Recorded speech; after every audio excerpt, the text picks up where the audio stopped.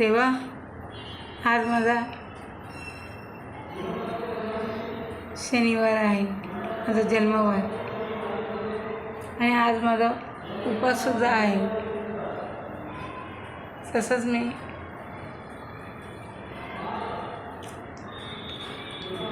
माझा उपवास मी धरला आहे आणि सकाळपासून देवाची पूजा प्रार्थना केली आणि आता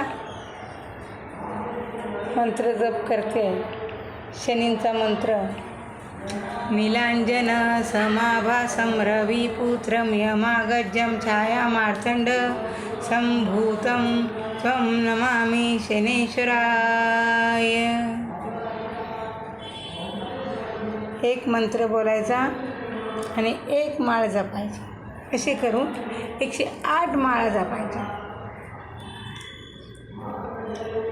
मग मी आता माझे 108 मनी मंत्र जपते आहे. आणि आज श्री गणेशांची सुद्धा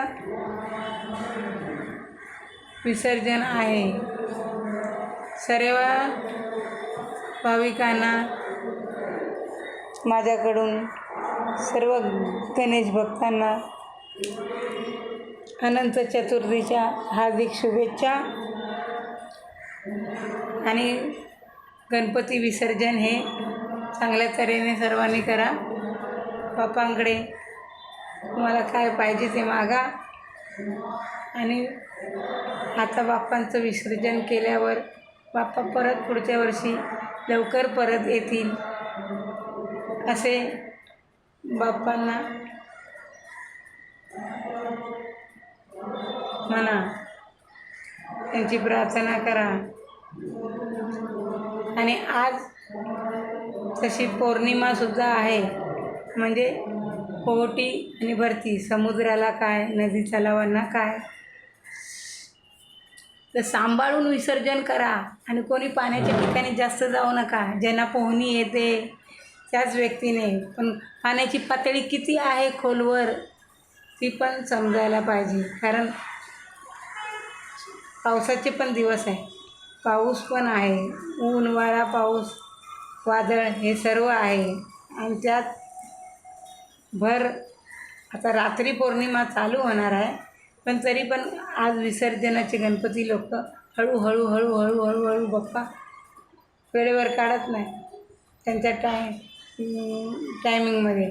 मग आरती बिरती घेऊन त्यांना हळूहळू हळू करून एक एक एक एक एक एक काढून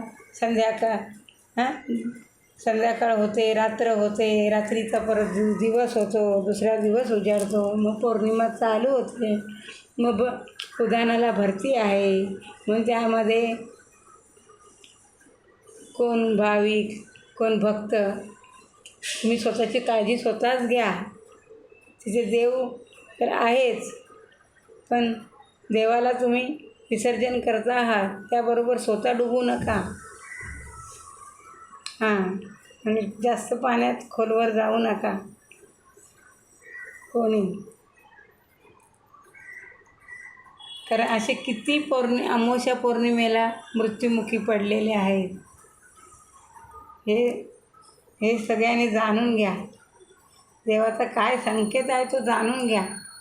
मी काय खोटं बोलत नाही, मी जे सत्य आहे ना तेच सगळ्यांना सांगत असते. समजलं?